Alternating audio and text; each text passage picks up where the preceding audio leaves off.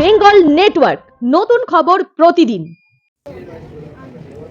হৃদয়পুরে ৭১ বছর ধরে একইভাবে জগদ্ধাত্রী পুজো করে চলেছে বিশ্বাস পরিবারের সদস্যরা। এই পুজো দেখতে হৃদয়পুর এলাকাসহ বিভিন্ন এলাকার মানুষ আসেন এখানে এবং এই সকল দর্শনার্থীদের জন্য ভোগ প্রসাদের আয়োজন করেন বিশ্বাস পরিবারের সদস্যরা।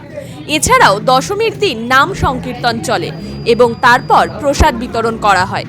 আসুন শুনে নি পরিবারের সদস্য অনুপম বিশ্বাস বাড়ির পুজো সম্পর্কে কি বলছেন। আমাদের বাড়ির পুজো এবার ৭১ বছর পূর্ণ হলো।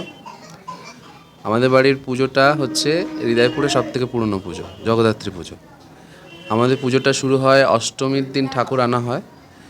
অষ্টমীর তিথিতে ঠাকুর এনে ঠাকুরের সমস্ত যা গয়না পরানো থেকে শুরু করে বরণ এই সমস্ত কাজ করে গুছিয়ে পরের দিন সকালে পুজো শুরু হয়। নবমী তিথিতেই আমাদের একদম ষষ্ঠী, সপ্তমী, অষ্টমী, নবমী অবধি পুজো হয় এবং সারাদিন পুজো হওয়ার পরে আমরা এখানে খিচুড়ি বিতরণ করি এবং খিচুড়ি বিতরণে বহু মানুষ এখানে প্রসাদ গ্রহণ করে।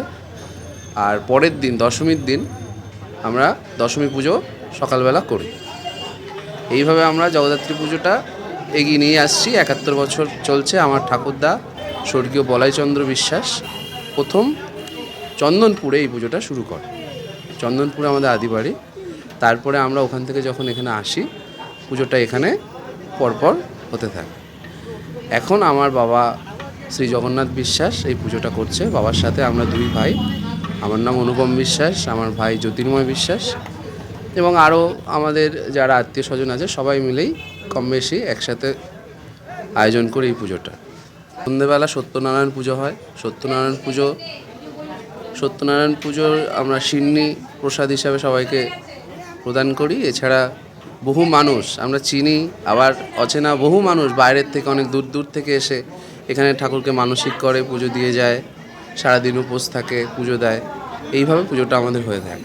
তারপরের দিন আমরা কি করি, পুজো যখন শেষ হয়ে যাচ্ছে দশমীতে, আমরা তারপরের দিন নাম সংকীর্তন দিই এবং সেই নাম সংকীর্তন এখন যারা করেন আর কি সবাই মহিলাদের দ্বারা পরিচালিত হয় এবং সেই নাম সংকীর্তন শুনতে বহু মানুষ আসে এবং নাম সংকীর্তন হয়।